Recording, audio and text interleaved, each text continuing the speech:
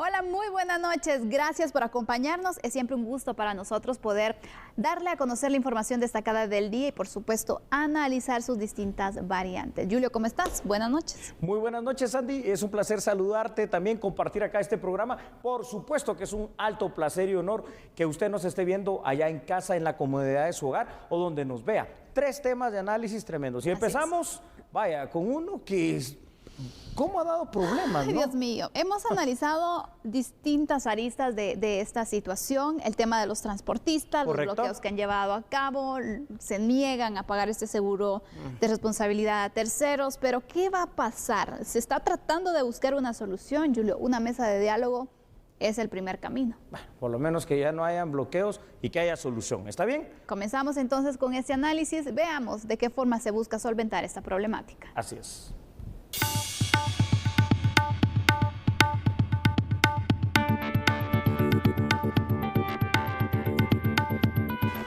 Después de los bloqueos realizados a inicios de esta semana por transportistas, quienes se oponían a los costos del seguro de responsabilidad civil, se lograron llegar a acuerdos de plantear reformas al Acuerdo Gubernativo 17-2020, en donde todos los involucrados obtengan un beneficio. Como resultado de la reunión se llegó al acuerdo de continuar aportando en las mesas de diálogo con el objetivo de trabajar en un reglamento que se adecue a las necesidades reales de la población, usuarios y transportistas, señalaron por medio de un comunicado. Por medio de estas mesas de diálogo, se busca llegar a acuerdos que eviten bloqueos de carreteras, que alteran la vida de la población y generan cuantiosas pérdidas económicas al país, puntualizaron en el pronunciamiento. A inicios de esta semana, los transportistas bloquearon rutas importantes que impidieron el paso, manifestando su inconformidad por la implementación del seguro obligatorio, argumentando que era un pago que no podrían costear y que afectaría al usuario en el costo del pasaje. Estos bloqueos dejaron pérdidas considerables para los comerciantes que transportan su producto vía terrestre. Bueno, a ver, ¿a quién tenemos que encontrarle una solución a este tema? Pero tiene que ser una solución definitiva. Y es que, Sandy, a ver, está bien, ¿no? Definitivamente los transportistas no pueden continuar en este paro. Ellos también están perdiendo. Los guatemaltecos perdemos mucho, ¿no? En imagen, en economía, en varias oportunidades, en la sola libre locomoción, que vaya que si no es un fastidio esta situación. Ahora, yo creo que una mesa de diálogo en la cual estén las dos partes está bien, pero no termina siendo la solución. Creo que habría que crear una mediación. ¿Qué significaría? Que tiene que haber uno o varios actores en los cuales estén de acuerdo ambas partes para poder mediar y consensuar esta situación. Ahora, aquí la cuestión es cuál va a ser el resultado final. Porque ¿sabes cuál es un actor, por ejemplo, que debería estar presente en esta mesa de diálogo? Todos aquellos que representan a las viudas y a las personas que han perdido vidas gracias a estos accidentes. Y ese es el punto que a mí me preocupa, Julio, porque mira, cuando hablas de buscar una solución que favorezca a todos, ¿quiénes son todos? Porque aquí una de las partes importantes que son los que originan también el tema de prestarle atención a imponer o a tratar ya como un tema reglamentario la situación de un seguro de responsabilidad de terceros. ¿Eso? Son las víctimas, son los usuarios al final, y que no estén presentes en esa mesa de diálogo. No tiene lógica. Yo de verdad no entiendo. Aparte de eso, hay asociaciones también que velan por los derechos de los usuarios, de las víctimas también, y no veo yo que estén aquí representadas. Entonces, ¿va a ser una negociación que favorezca únicamente a transportistas o que también favorezca a los usuarios? Ahí vamos. Ahora vamos llegando a la parte esencial de esto, ¿no? El problema es ya tan grande, de una magnitud tan alta, que definitivamente, como tú has dicho, se han creado ya diversas asociaciones que representan a víctimas, a viudas, a personas que han perdido a familiares en este tipo de accidentes de imprudencia, negligencia e impericia. Ellos sí o sí también tienen que estar presentes, porque si no, ojo, esta mesa de diálogo puede tener la balanza ya de una vez con el peso hacia uno de los lados, y ese lado es el de los transportistas, porque ellos no sé realmente qué es lo que vayan al final de cuentas, Sandy, a negociar, si lo que están pidiendo no son otra cosa más que la derogación, es decir, que no se aplique como ley lo que ya es ley, que se compre ese seguro contra terceros. Dicen que no tienen dinero, hombre, pero ¿y por qué no le han bajado ni siquiera el pasaje? Y si no tuvieran dinero para esto, si no fuera esto un negocio, no tendrían ese negocio. Definitivamente no, Julio. Aparte de ello, es que hay que también ya hacer pues conciencia sobre la responsabilidad. Responsabilidad que te diría que en el transporte público, si no me atrevería a decir que es nula, porque hay algunas unidades que sí tienen seguro de pasajeros, pero en un alto porcentaje no se da esta situación, Julio. Entonces es importante que el tema de responsabilidad va inmerso también como parte de un trabajo. Bueno, usted se dedica al tema del transporte público, bueno, responsabilidad va de la mano con su trabajo y tiene que cumplir usted con, por ejemplo, si cumplen con el pago de impuestos, que esperemos que lo hagan, ojalá, también ¿no? Tienen que cumplir con el tema de un seguro, ¿no? Porque es parte de las previsiones también que tienen. Y también yo a esto le agregaría, de verdad, el tema del transporte está muy débil en el país. Sí. Siempre se ha ido relegando el tema y ya es momento de que se sienten a revisar cómo está el mecanismo de control, para también evitar los percances viales, Julio, porque tampoco es el hecho de que, bueno, solamente un seguro y ahí que siga el descontrol en que si le dan mantenimiento a las unidades o no, igual ya tienen el seguro. No, tampoco es el punto, no. Esta debería ser una de tantas acciones que ya se tienen que implementar. Es más, yo quisiera exhortar a los transportistas en esta reflexión por una cuestión, y ya lo hemos dicho aquí en varias ocasiones. Esa contratación de ese seguro contra terceros, es decir, de responsabilidades civiles, es cierto, no decimos que no, va a representar un gasto, por supuesto, pero también es que va a redundar en la propia seguridad de ustedes como transportistas, porque en algún determinado momento, por la razón que sea, alguna de sus unidades de transporte de carga o transporte colectivo tiene un accidente o causa daños, o causa heridos, o causa muertes, bueno, pues hay un seguro que responda por eso, porque si no, al menos en la teoría, le va a tocar a la empresa, le va a tocar al dueño de los transportes. Entonces, también ellos tienen que ver como parte de velar por su propio negocio que esto les beneficia. Claro, Julio, pero mira, aquí también va la situación que, por ejemplo, cuando se dan accidentes de tránsito, no se investiga a fondo, bueno, quién era el piloto. Se dio la fuga y se salvó y ahí está. No, porque imagínate, si por ejemplo, cuando tú te ves involucrado, tú como piloto te ves involucrado en un accidente de tránsito y sabes que te van a perseguir penalmente, que de oficio lo pueden hacer o que alguien se va a sumar a alguna demanda, te van a investigar, van a dar con tu paradero, te pueden detener y tienes que pues enfrentar a la justicia, vas a necesitar a alguien que te defienda, vas a necesitar. Entonces, en este punto sabemos que hay seguros que te incluyen incluso el tema esa parte jurídica, y aparte de ello es el tema de poder pues pagar los daños en hospitalarios y eso tantas para situaciones, las víctimas, ¿no? Correcto. Exactamente, para las víctimas. Pero como el punto aquí es que, bueno, y el piloto se da la fuga, entonces no hay quien se haga responsable. No. Y por eso es que tampoco hay algún tipo de preocupación o de ceder entonces por este tema, porque no pasa nada. Entonces, hay mucha impunidad en este tema. Aquí hay que cambiarlo, ¿no? También el sistema. Sí, el sistema ha permitido que haya impunidad para todo este tipo de incidentes, de accidentes de tránsito que se dan sobre todo por esta irresponsabilidad e imprudencia. Ha llegado el momento que veamos, para continuar con el análisis, los primeros datos preparados para que ustedes en casa también nos acompañen. Así que nuestra producción, como siempre, magnífica, ahí los tiene para usted.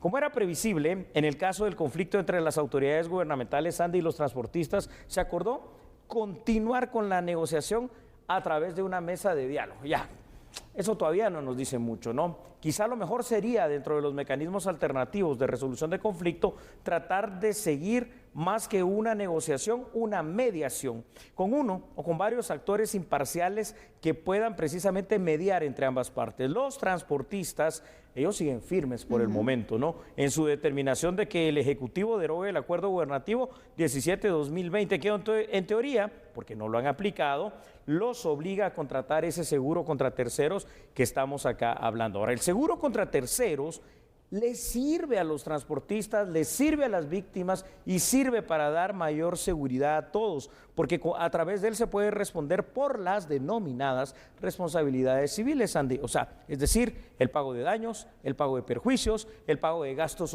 hospitalarios para heridos y hasta de gastos funerarios e indemnizaciones cuando hay víctimas mortales en los accidentes.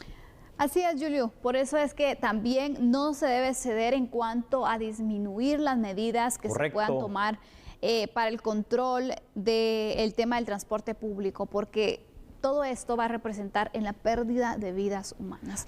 Y si el Estado en este caso, Julio, si el Estado en este caso no hace algo para poder parar esta impunidad que se tiene también cuando ocurren accidentes, mueren personas y ahí se quedó, bueno, entonces que el Estado pague también, ¿no? Porque si vamos a negociar eso, hay una responsabilidad compartida. El hecho de que tú, por ejemplo, no controles, te hace parte. Claro, si vamos a negociar la derogación simple, llana y rasa de este acuerdo gubernativo, no, esa no es la vía, ese no es el camino. Al contrario, yo te digo algo.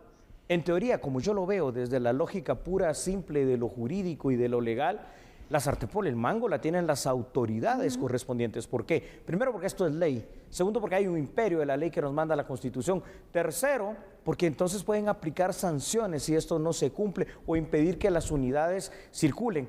¿Qué te van a hacer paros? Probablemente sí. ¿Cuánto tiempo van a aguantar? Y número 4, tenemos que ver y velar por algo, por el bien común. ¿Cuál es el bien común en este caso? Proteger a todos aquellos que viajan en los autobuses, aquellos que están en las carreteras y en la vía pública. Y eso es lo que pretendemos. Por lo cual yo creo que quien tiene que mantenerse bien firme en que esto va porque es ley, dura lex, es el gobierno, ¿no? En este caso, a través de las autoridades de tránsito. Y es que recordemos algo, Julio, la población que utiliza el transporte público no es porque le guste, porque, ay, qué buses también. Tienen la necesidad, no tienen otro medio de transporte, necesitan movilizarse y por eso también es que requieren el servicio. Pero eso no significa que, bueno, ellos tienen necesidad, entonces yo no voy a contratar un seguro porque al final el de la necesidad son los usuarios. No, aquí todos tienen, porque tanto el transportista también le va bien, ¿no? Y quién no quiere tener sus ingresos,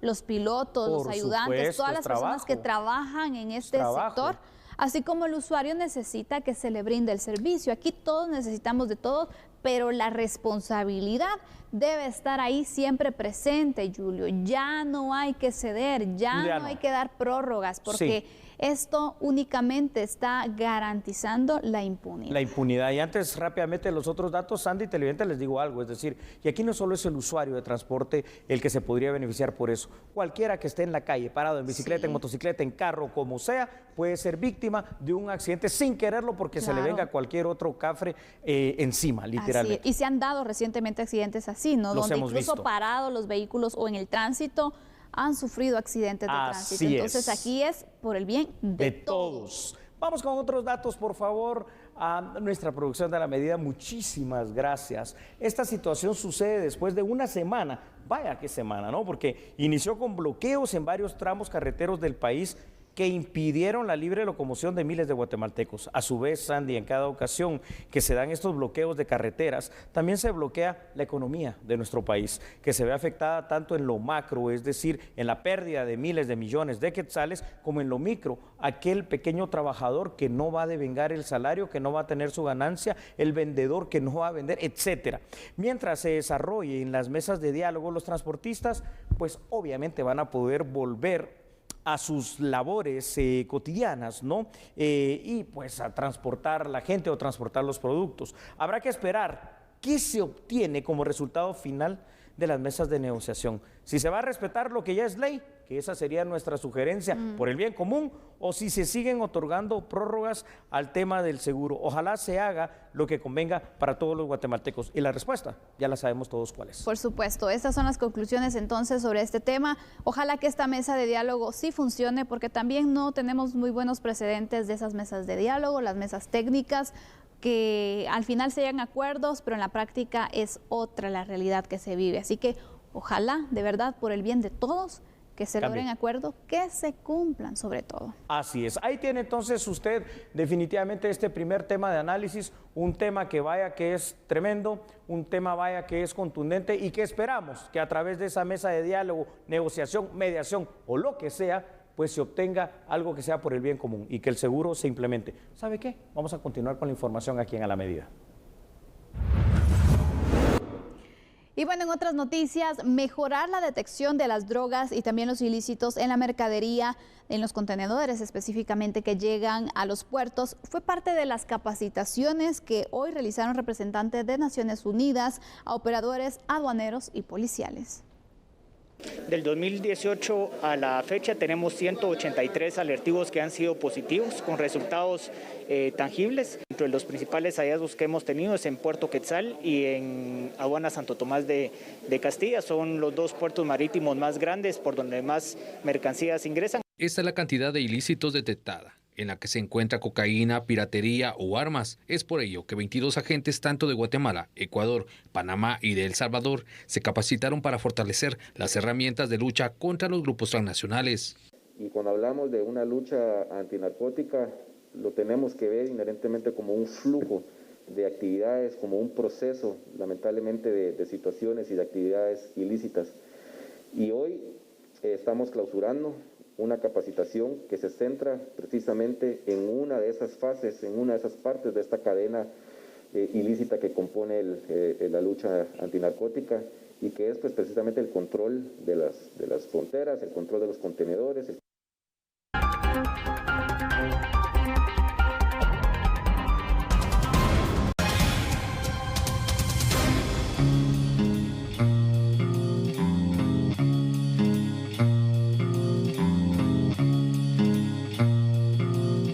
Definitivamente me alegro que ahora UNICEF y la Organización Panamericana de la Salud y todos están recomendando lo que ya hemos dicho tantas veces aquí en A la Medida, y no es por decir que se dijo, pero sí se dijo, ya es necesario, ya es tiempo de que los alumnos, los niños y los jóvenes vuelvan a las clases.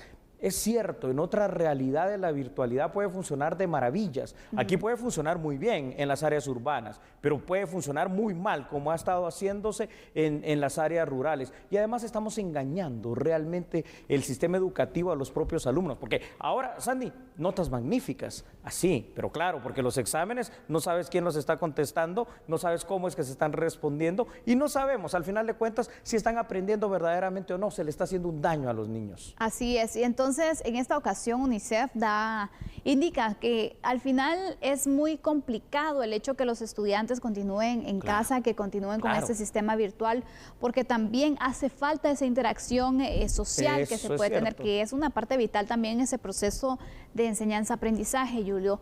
El punto aquí es, bueno, se está preparando el país para poder iniciar con este ciclo lectivo de una forma híbrida en los lugares donde se encuentran en semáforo epidemiológico en color rojo. Así es. Pero el punto va a ser aquí, bueno, ¿va a funcionar o no va a funcionar? Porque tendría que funcionar. Tiene que funcionar. Ya pasó mucho tiempo en el cual también se pudo realizar cualquier tipo de práctica, cualquier tipo de protocolos, la preparación de los establecimientos educativos. Correcto. Pero, ¿qué crees que puede pasar? Yo creo que tiene que pasar lo siguiente. Fíjate, Sandy, tiene y debe funcionar por lo siguiente. Número uno, aquí el primer llamado de atención para que esto funcione es a los propios padres de familia, ¿verdad? Son los primeros que tienen que entender que ya es necesario que los niños vuelvan a clases. Ay, no, que se nos van a contagiar, se van a contagiar, ya dijimos, si de alguna manera lo van a hacer, porque usted sale a trabajar. Se van a contagiar cuando lo saca a un restaurante, cuando lo saca a donde un pariente o algo. Pero por sobre todo tienen que entender algo, son los padres de familia los primeros indicados en enseñarle a los niños, sobre todo a los más pequeñitos, lo que es el distanciamiento social, lo que es el uso de la mascarilla y cómo realmente hay que tenerla y para qué sirve, y el lavado constante de manos. Ahora, esto puede funcionar, sí y solo sí, si también en los establecimientos educativos públicos y privados, pues se pone una milla extra para que esto se vuelva una costumbre. Ahora sí nos sirve la costumbre. Es muy importante, Julio, porque al final tenemos que ir aprendiendo, ¿no? Con esta nueva normalidad, nos vamos a tener que ir acostumbrando, vamos a tener que ir acoplando a los niños también, a los adolescentes, a esta nueva forma de educación. pero sobre todo Y de entonces, cuidado. exactamente, que va ligado, ¿no? El cuidado Sí. personal, el cuidado que se pueda tener en cuanto a esas medidas de bioseguridad que deben estar siempre presentes. Y yo te diría, ojalá y que dentro de las clases, al inicio de cada día, de cada periodo, Y de cada periodo debería se puede incluso, Julio, hacer una breve explicación sobre las medidas de bioseguridad para que los estudiantes vayan comprendiendo y se les haga énfasis en que no deben de bajar la guardia, en que Jamás. tienen que mantener esas medidas y que sea parte también del protocolo, Del protocolo. ¿no? Recordarles, hacerles el llamado a que deben mantenerlos, también darles a conocer, bueno, ¿qué pasa si yo me siento mal, si yo tengo estos síntomas, qué tengo ¿Qué que hago? ¿A hacer? quién le aviso? Porque, ojo, el manejo también de la pandemia en los centros educativos Claro. tiene que estar dentro de sus Claro. protocolos, porque no significa que nadie se vaya a contagiar. Se puede Va a dar el pasar. caso, Julio, Va a pasar. y va a suceder, pero Va a el pasar. punto es, bueno, ¿cómo yo voy a actuar? Tengo un lugar aislado para poder de esta manera llevar a los estudiantes que tengan sospecha o que tengan algunos síntomas. Y someterlos mientras a prueba se- de manera inmediata. Exacto, y mientras llegan los padres también, o Claro. cómo voy a reaccionar, porque si no, va a marcar un peligro para el resto de sus compañeros. Es parte del manejo parte. de esta situación. Es parte de ese manejo. Ya no es sano, ya no es adecuado con el tiempo que ha pasado, que los niños, sobre todo los más pequeños, sigan aislados, no tengan el roce, el contacto social, no tengan esas habilidades que solo se pueden aprender al compartir, obviamente, con otras personas, con otros individuos. Les estamos dejando de ser seres gregarios, y el ser humano desde siempre ha sido eso. Un ser gregario significa que no podemos vivir aislados, y los estamos aislando. Y la pregunta es, ¿acaso los vamos a poder aislar para siempre? No, ya llegó el momento, son 2 años prácticamente de esto, de que la cosa cambie. Y te digo algo, el llamado a la reflexión lo hago también para los más grandes, y a los más grandes, ¿a quiénes me refiero? A los estudiantes universitarios. Ya parece, perdón, hasta ridículo que no vuelvan a las aulas universitarias cuando ya estamos hablando de gente adulta que se tiene mucha más conciencia, capacidad logística, capacidad hasta económica y de entendimiento para saber cómo se tienen que cuidar. Así es. Vamos con información, Julio. Claro que sí, Sandy. Vamos entonces a estos primeros datos, y es que usted tiene que saber lo siguiente, ¿verdad? Es necesario, por el bien del desarrollo personal, mental, psicológico, académico de los niños, de los adolescentes y de los jóvenes, que ya puedan regresar a las clases presenciales. No se puede seguir apartando a los estudiantes del ambiente tradicional de aprendizaje, que a pesar, Sandy, de toda la tecnología, sigue siendo el aula escolar en nuestra realidad guatemalteca en lo educativo. Además, ya no es sano que tanto niños y jóvenes sigan pasando por una situación estresante de aislamiento. Es que no son ermitaños, que los ha alejado de las clases, los ha alejado del contacto social, y que está provocando un serio déficit en el aprendizaje. No se dejen engañar, no están aprendiendo lo mismo, por mucho que las notas reflejen lo contrario. No se puede seguir engañando a la población estudiantil con el hecho de obtener buenos resultados y ganar los grados académicos sin necesariamente tener las habilidades suficientes. Y ojo con lo que estoy diciendo en este momento, porque es que resulta que ahora los graduandos ya no han tenido la oportunidad, primero, de hacer sus prácticas para aprender, aunque sea un poquito más en cuanto a lo que es la vida real, y ni siquiera ya los están examinando, como pasó el año pasado en lenguaje y matemática. O sea, realmente académicamente muy mal. Y recordemos también que son 2 materias en las cuales tampoco es que fueran tan bien, ¿no? Porque son las que han marcado también resultados bajos, Julio. Entonces, Dios mío, va a tener esa es la que, expresión. claro, en los centros educativos también fortalecerse estas áreas, Julio, porque si bien estudiantes pues ganaron, pasaron de grado, también hay que hacer una evaluación de cómo realmente se encuentran y poder ir fortaleciendo esas debilidades que se puedan tener, porque no se pueden graduar de esta forma, porque al final en la vida real va a ser complicado Ahí es para donde va a ellos ser al momento complicado. de estar ya en un mercado laboral, por ejemplo, No, o en la universidad. No podemos tolerar la mediocridad en lo educativo. La excelencia académica ya tiene que ser Así es. lo primero. Regreso a clases. Vamos con otros datos, ¿les parece? Adelante. Muy bien, entonces vamos a verlos, por favor, ahí en pantalla, y es que es importante que usted pueda acompañarnos en lo siguiente. Mire, tarde o temprano, estemos de acuerdo o no estemos de acuerdo, Sandy y televidentes, las clases deberán regresar a lo presencial, y es responsabilidad inicialmente de todos los padres de familia el poder velar por el cumplimiento de las medidas de bioseguridad. Pero usted se lo tuvo que haber enseñado a sus hijos, entonces si usted lo enseñó bien, tendría que estar tranquilo. Esto se obtiene no solo enseñando a los niños y dándoles el ejemplo cómo deben de cuidarse y protegerse, además se les debe proveer de los insumos personalísimos necesarios. O sea, la mascarilla, pues cada quien la llevará, y la que sea necesaria, 1, 2, 3, las que vaya a utilizar en el día. Es decir, independientemente que las instituciones educativas pongan a disposición, y deben hacerlo, por cierto, alcohol, mascarillas o gel para quien por alguna razón no lo porte, no lo lleve, cada padre debe proveer de los mismos insumos a sus hijos y además enseñarle a utilizarlos. En conclusión, Sandy, es cada vez más inminente el retorno de los estudiantes a las aulas escolares, por lo que los propios padres deben de apoyarlos, deben de infundirles confianza a sus hijos y ustedes también confianza en que esto se va a superar. Exactamente, aquí la responsabilidad es de los padres de familia, es de los docentes, así que es importante que también se pueda apoyar a los estudiantes en este nuevo inicio, en esta nueva etapa, las clases híbridas, las clases presenciales, sobre todo a quienes por primera vez van a llegar a experimentar ya qué es estar en un salón y cómo compartir con los compañeros, pero en un sistema con pandemia, ¿no? Así que ojalá que todo salga bien porque los estudiantes ya lo necesitan. Vamos a continuar ahora con otras noticias. Y es que precisamente autoridades del Hospital Roosevelt dieron a conocer el día de hoy y confirmaron un brote de COVID-19 dentro de sus unidades de atención. Vea por favor la información. La variante Omicron detectada a inicios de este mes en el territorio guatemalteco no solo ha afectado a la población, sino al personal de los distintos hospitales del país. En conferencia de prensa, el director del Hospital Roosevelt informó de un brote de COVID-19 en el interior del centro asistencial. Semanas y media, 3, venimos reportando un alto porcentaje de positividad dentro de los compañeros que laboran en la institución. Ejemplo, todo el departamento de informático, a excepción de la secretaria, dieron positivo, todos a resguardo. El 80% del área administrativa de mantenimiento positivo, a resguardo. Dietética, toda el área administrativa se nos fue a resguardo. Muchas compañeras enfermeras también nos han dado positivo. Por otro lado, el director del centro asistencial aseguró que en cuanto a la medicina disponible, se tiene el 96% de abastecimiento para poder entregar a la población.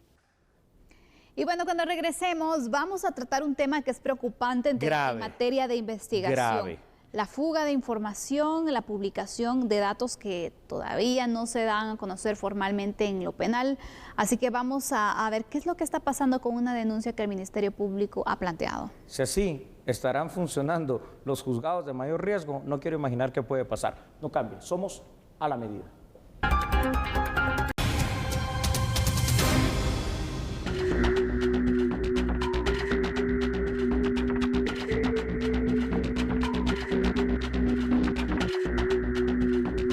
El pasado 21 de enero, alrededor de las 11 de la mañana, personal de la Fiscalía Especial contra la Impunidad del Ministerio Público presentaron una acción de recusación en contra de la titular del Juzgado de Mayor Riesgo D, Erika Lorena Ifán Dávila.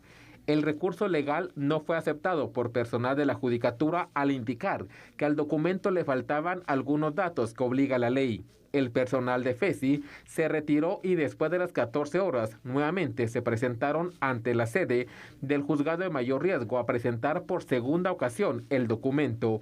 En esa oportunidad sí fue recibido. La Fiscalía Especial contra la Impunidad denunció penalmente y ante el régimen de disciplina del organismo judicial al personal del Juzgado de Mayor Riesgo D por filtrar en las redes sociales la acción de recusación en contra de la juzgadora Ifán Dávila. Según la Fiscalía, la filtración de la recusación se hizo después de las 11 horas, cuando no fue recibido el documento en la primera ocasión. El régimen disciplinario del organismo judicial realizará una investigación interna para establecer si el personal auxiliar cometió un hecho en contra de la ley, como lo señala la Fiscalía Especial del Ministerio Público. Pero ¿Pero qué es esto? Es decir, parece una dictadura judicial lo que está pasando aquí en Guatemala. Es decir, no pueden haber ciudadanos de primera, segunda, tercera y cuarta categoría en el tema de justicia, que esto es algo que es muy importante para darle certeza jurídica a nuestro país. Y sí, que se investigue porque si la Fiscalía Especial contra la Impunidad inicia una recusación contra cualquier juez, pues que se investigue porque alguna razón habrá, pero es evidente que, bueno, también aquí entre paréntesis, ¿no? Hay que tener más cuidado para cuando esto se presente, que no lleve errores, que cumpla con todos los datos de la ley. Pero ¿cómo va a pasar de que esto se filtra y se publica en redes sociales? ¿Quiénes lo pudieron haber hecho única y exclusivamente? Las personas que trabajan en ese juzgado de mayor riesgo. ¿Con qué objeto? Bueno, con el objeto de ganar simpatía hacia su causa, pero de polarizar el tema de la justicia. Señoras y señores, esto no puede pasar. Que la investigación ahora sea seria en contra de todos ellos. Exactamente. ¿Qué delitos fueron los que ellos pudieron haber incurrido, Julio, o que podrían incluso acusárseles a estas personas? Abuso de autoridad, obstaculización a la justicia, definitivamente puede haber algunas otras situaciones como por ejemplo el hecho de ser una asociación ilícita. Recuérdate que son muchas personas, no son varios y hay que investigarlos a todos. Entonces ahora yo creo que aquí tenemos que empezar a poner, si queremos un sistema de justicia bueno, sano y en el cual obviamente podamos confiar todos, los primeros que tienen que tener credibilidad máxima y ser lo mejor, más imparcial, honorables y realmente como deben de actuar son los jueces, los magistrados y todo el personal judicial. Y esto, señoras y señores, no puede pasar, porque si la acción penal, civil, laboral es contra de un ciudadano simple y llano como cualquiera de nosotros, no pasa esto, no se da ese tipo de privilegios, porque entonces se tiene que dar para cuando es una situación que va dirigido en contra de una jueza que es recusada y que es una situación legal, que la recusación misma significa que hay algo que eventualmente le impide conocer una causa por X razón, que se conozca, o cuál es el miedo, cuál es el temor. Sorprende, Julio, porque, por ejemplo, ellos están muy bien relacionados con temas legales, es decir, conocen es su trabajo. También, exactamente, conocen también la ley, el tema de la comisión de delitos, las situaciones penales. Entonces no pueden decir, ay, es que yo no sabía que eso era un delito. Realmente, ¿cómo contestas tú esos alegatos? Si trabajas en el sistema de justicia, eres el menos indicado, como tú bien estás manifestando, Sandy, para decir, ay, no conozco lo que sea la ley del organismo judicial de que nadie puede alegar desconocimiento de la ley. No, señoras y señores, repito, la Constitución nos dice que todos somos iguales, que es más, el funcionario empleado público solo puede hacer aquello que la ley le permite. Y no digamos cuando hablamos de funcionarios que en teoría lo que deben de hacer es emitir situaciones que lleven a la justicia. Esto no puede pasar. Así es. Pero, bueno, veamos más datos. Así es. Adelante, Julio, muéstranos información para seguir ampliando también ese análisis que la verdad es muy preocupante. Muy preocupante, Sandy, tú lo has dicho, y es que en la mira se encuentra ahora todo el personal del juzgado de mayor riesgo que está a cargo de la jueza Erika Lorena Ifán Dávila por la posible filtración de información. El Ministerio Público, a través de la Fiscalía Especial contra la Impunidad, FESI, presentó ya una denuncia penal sobre este tema. También fue presentada, y eso es bueno, ¿no?, ya en doble vía, una denuncia ante el régimen disciplinario del organismo judicial. Porque una cosa es lo que administrativamente se pueda ver dentro del organismo judicial y que se sancione a quien debe de sancionarse. Tampoco estamos diciendo que necesariamente tiene que ser todo el personal, pero hay que averiguar quién o quiénes están en esta colusión. Y eso por una parte administrativamente, y si hay que despedirlos y hay que sancionarlos, que se haga. Pero por otra parte hay delito penal, es que esto no puede pasar, así que se investigue. Aparte de esto, Julio, el tema de la filtración de esta información, los delitos que tú ya mencionabas, que encajan dentro de lo que se sabe de este caso, llama la atención entonces ese rechazo que se da al recurso planteado por parte de la FESI, ¿no?, que llevan esta recusación, pero a la larga no se recibe por supuestas, algunas fallas, algunos errores que llevaba. Entonces, esto hace incluso dudar, te diría, ¿realmente Ya ahí está mal. sí tenía errores o se hizo para ganar tiempo? O se le buscó cascaritas, como decimos aquí en Guatemala, para decir, mire, es que aquí esta coma le faltó y señor, este es un error de forma, de fondo, como usted lo quiere ver, y lo corrige o no se lo recibimos. Y sirve para ganar tiempo, sirve para informar, sirve para prepararse, pero sirve para que, hombre, se sospeche bastante de que algo se quiere esconder, o de que se quiere generar impunidad, o de que simple y sencillamente están dispuestos a que no se investigue, porque vaya usted a saber qué sorpresas pueden haber entonces en ese juzgado de mayor riesgo, que son casos de altísimo impacto. Es que eso es lo que impacta también, Julio. Realmente, ¿qué mensaje nos pueden estar trasladando nosotros como ciudadanos, Julio? Mensaje pésimo de no creer, y eso es lo que hay que evitar en el sistema de justicia, Sandy. ¿Ampliamos la información? Sí, claro que sí, con mucho gusto. Vamos, por favor, a ampliar esta información de la siguiente manera. Televidentes, Sandy, la denuncia se deriva y se lo vamos a explicar de la mejor manera para que usted lo vuelva a entender totalmente. De lo ocurrido el pasado 21 de enero, cuando el personal de la Fiscalía Especial contra la Impunidad, FESI, presentó ante ese mismo juzgado, como manda la ley, la recusación a la jueza Erika Ifán, pero el mismo personal del juzgado les dijo, no se los podemos recibir, aduciendo, y eso habrá que investigarlo también, que habían errores, sin decir cuáles son, que debían de subsanarse. Al no ser aceptada, el personal habría retornado a la Fiscalía, me refiero a la FESI, a subsanar lo requerido por el personal del juzgado de mayor riesgo. Sin embargo, a pesar de no ser recibido, aproximadamente ya a las 11 de la mañana, con 31 minutos, ya circulaba en redes sociales la información de esta recusación contra la jueza que la Fiscalía había presentado sin que se lo recibieran. La clave del caso reside en que únicamente tuvo acceso a la información el personal de dicho juzgado. Así que, señoras y señores, si queremos de verdad justicia en nuestro país, tenemos que empezar a cambiar los errores graves que se están dando en este sistema. Y esto, vaya si no es grave, porque entonces el mismo juzgado generando impunidad, generando duda, generando no certeza jurídica. ¿Qué podemos esperar de un sistema de justicia así? Así es. Bien dice un dicho, Julio, que tanto peca el que paga como paga el que peca. Sí. El punto aquí es, ¿esta situación fue denunciada por la jueza? Imagínate, no creo. Porque ¿cómo se dio cuenta el Ministerio? Le ponemos otro delito, también. La omisión de denuncia, ¿no? Digo yo. Y los que no hicieron nada, pero se dieron cuenta, aunque estén en ese juzgado, también omitieron la denuncia. Bueno, se lo dejamos allí para que usted pueda analizar precisamente este tema, que vaya si no es un tema preocupante, Sandy. Preocupa por la situación entonces en donde vemos cierto privilegio con el manejo de la información y bueno, ojalá de verdad que se logre llegar a fondo con esta investigación, claro, y que también se puedan deducir las responsabilidades. El organismo judicial, por su parte, también debe hacer lo mismo, ¿no? Sí, ya que por favor empiecen a investigar. Bueno, entonces regresamos con otras noticias, ¿te parece? Me parece, con la información nacional. Por favor, no cambie, recuerde que somos a la medida.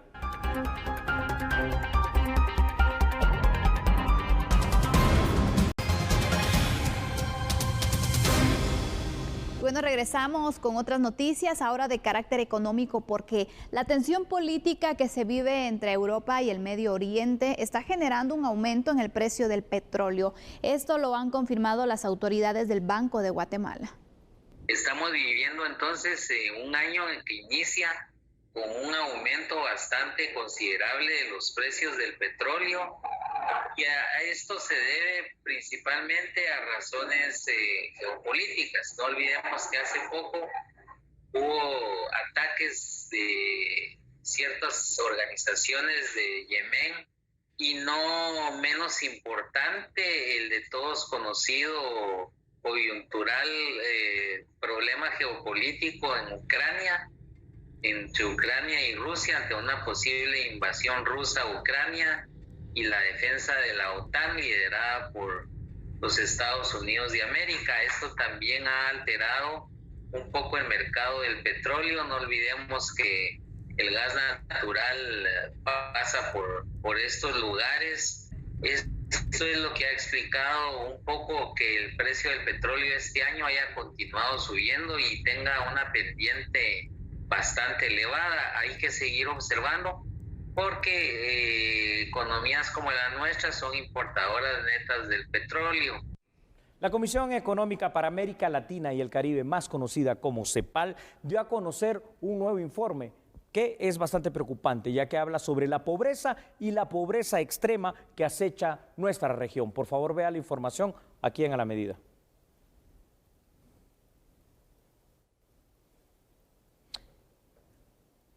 Bueno, y es que los temas obviamente económicos que tienen que ver con el tema de la pobreza extrema y la pobreza en general que se ha generado no solo por el tema de la pandemia, es una situación terrible, ¿verdad? Así que, bueno, es increíble, pero lo que sí le podemos decir es que esto ha aumentado y tenemos que cuidarnos, ¿no? Vamos con otra nota. Así es, Julio, porque siguiendo con el tema económico, mientras se habla de situaciones de pobreza que también pueden estar originadas con esta situación de crisis que se vive a nivel mundial en materia económica. Mientras tanto, el Banco de Guatemala ha presentado ya, de hecho, un informe donde dan a conocer cuáles son las perspectivas económicas para este año y también cómo fue el comportamiento de nuestra economía en el 2021. Esto lo presentó ante la Junta Directiva del Congreso de la República.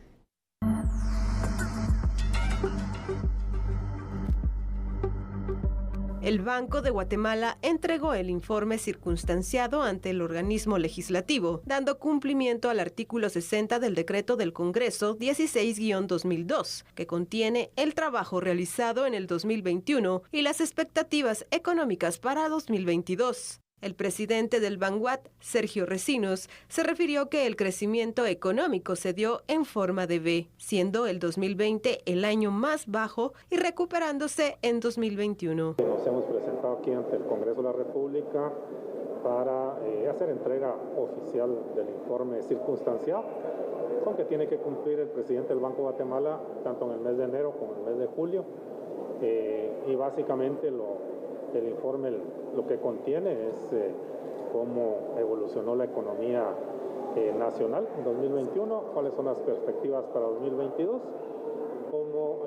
o cuáles fueron las principales modificaciones que se hicieron a la política monetaria, cambiaria y crediticia para el presente año. Y también aprovechamos para dar un entorno, un esbozo global de cómo ha evolucionado la economía mundial en 2021 y cuáles son las perspectivas para el presente año 2022. Sergio Recinos resaltó que en el caso de Guatemala, durante el 2021, el crecimiento económico se reflejó un 7.5% y se espera que en 2022 las economías emergentes ayuden a que este porcentaje pueda aumentar. La Corte de Constitucionalidad resolvió anular la conexión del caso del comunicador social Juan Luis Font y resolvió que su proceso debe de conocerse en el Juzgado Tercero Penal. Vea la información, por favor. El 21 de diciembre del 2021, la jueza de mayor riesgo, Erika Lorena Ifán Dávila, aceptó la solicitud que hizo el comunicador social, Juan Luis Font, de conexar dos investigaciones de la Fiscalía Especial contra la Impunidad del Ministerio Público y que ésta fuera conocida en el Juzgado de Mayor Riesgo D. El 6 de enero, la FESI impugnó la resolución con la presentación de un amparo. Este recurso legal fue conocido, analizado y resuelto por los magistrados de la Sala Primera de la Corte de Apelaciones para casos de mayor riesgo. El pasado 24 de enero se notificó que dicha sala no otorgó el amparo provisional y confirmó la conexión de las carpetas judiciales. Ante esto, la Fiscalía Especial presentó en la Corte de Constitucionalidad una apelación en contra de la resolución de la Sala Primera de Mayor Riesgo de no otorgar el amparo provisional. Este 27 de enero, la FESI fue notificada que los magistrados de la Corte de Constitucionalidad resolvió a favor de la Fiscalía de manera provisional un recurso de apelación y anulan la conexión de carpetas judiciales que hizo la juzgadora Erika Lorena Ifán. Con esta decisión, el proceso del comunicador Juan Luis Font debe regresar al Juzgado Tercero de Primera Instancia Penal, como lo había solicitado el Ministerio Público.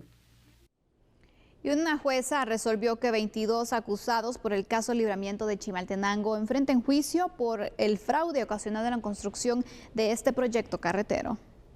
A criterio de la titular del Juzgado de Mayor Riesgo C, Silvia de León, la Fiscalía contra la Corrupción del Ministerio Público, en la fase intermedia del proceso, logró demostrar que particulares y extrabajadores del Estado participaron en hechos ilegales que permitieron un desfalco de 400 millones de quetzales con la construcción del libramiento Chimaltenango.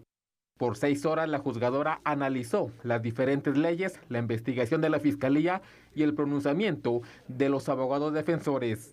La profesional inició su intervención indicando lo que establece la ley sobre la responsabilidad penal y civil que cada persona tiene, además la función que tienen las personas que trabajan para alguna institución del Estado. En su resolución, de León indicó que la Fiscalía tiene las evidencias suficientes para demostrar la posible participación de los procesados en la comisión de los delitos de lavado de dinero, estafa propia, fraude, falsedad ideológica, incumplimiento de deberes y manipulación de información.